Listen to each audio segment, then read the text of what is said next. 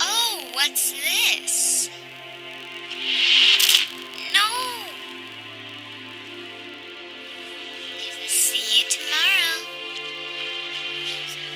Sophia has an issue with a school bully.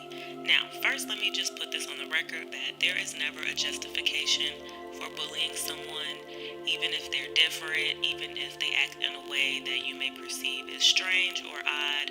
There's never a justification for it, and it's never the victim's fault.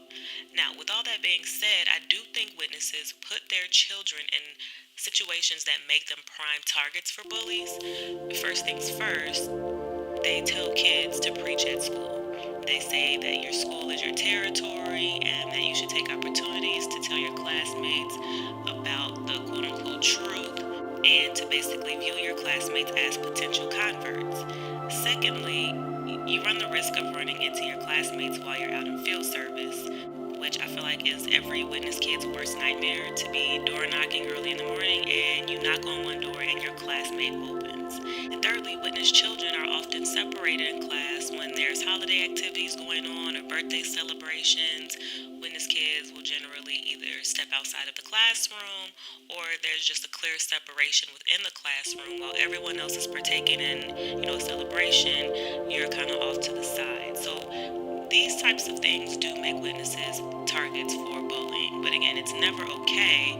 It's just unfortunate that witness kids are sent to school and a lot of times they are easy targets. And I also think it's interesting that Sophia's bully is wearing hoop earrings and eyeshadow, which I always like to pay attention to how Watchtower depicts non-witness people.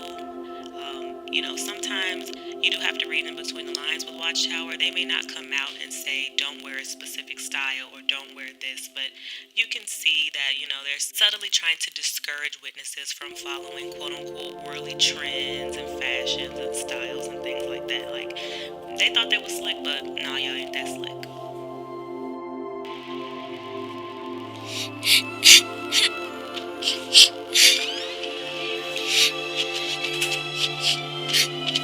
Are you okay? Let me help. Sometimes they pick on me too. So when I first watched this video, I was like, wow, would you look at that? Watchtower actually is depicting a non-witness person as compassionate. She's consoling Sophia as she's crying. She's telling her, this happens to me too. And I was like, wow, would you look at that? Like, because usually Watchtower always depicts non-witnesses as like these selfish, greedy, conniving, evil people. But you know what? Just put a pin in that because there's something that happens toward the end where I'm like, oh, okay, I see why you all painted her the way you did. Is everything all right, honey? See you tomorrow. I'm fine.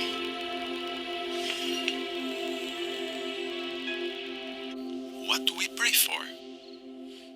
We thank Jehovah for the good things he made, like animals, the stars, and the ocean. And God's kingdom. And to help our brothers and sisters. That's right. You can pray for your brothers and sisters. And remember, they are praying for you too. We know that when we pray for the right things, Jehovah hears us. Then why doesn't he answer my prayers? Oh, what's wrong, Sophia? You can tell us. There's a girl at school. She's so mean to me. Oh, no. Oh, honey, it's okay.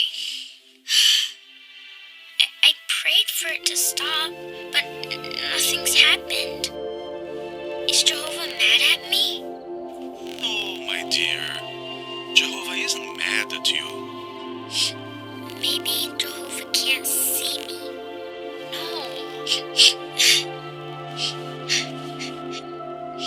There's someone in the Bible who felt the same way you do. So my first thought when I watched this was like, when are children supposed to be able to do their homework? Maybe watch a little TV before bed?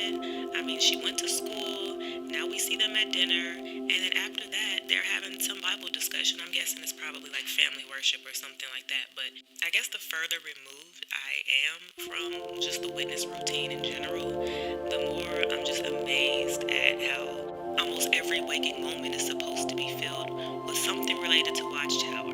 Whether it's the meeting, getting ready for the meeting, family worship, personal study, reading the daily text, field service, it's just never ending. Secondly, we see Sophia finally tell her parents what's going on. Obviously, this is a very stressful situation for her. You know, at dinner, she was looking like, she barely even wanted to eat. She was just so distraught. She's dreading going to school the next day. And then she finally breaks down crying to her parents, telling her that a girl is being really mean to her.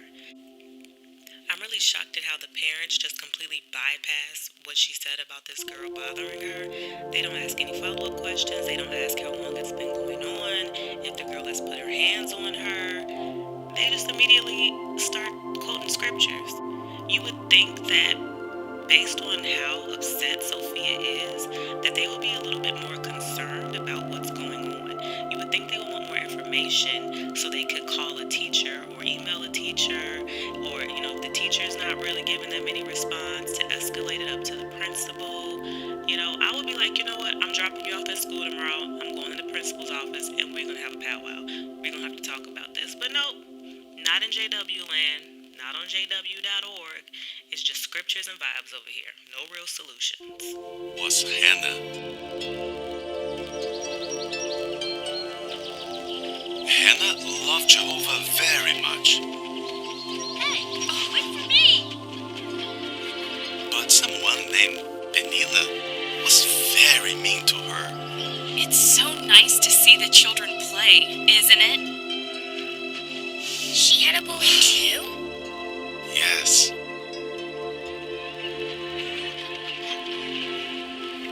We're ready to eat. Here's your portion, Hannah. And Penina, here's yours. She was very jealous of Hannah.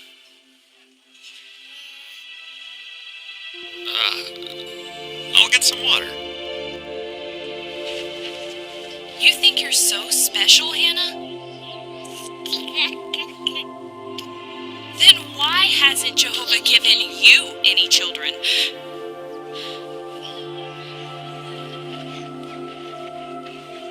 Are you okay, Hannah? Why are you so sad? Others could not understand why Hannah was so upset, because the pain was in her heart.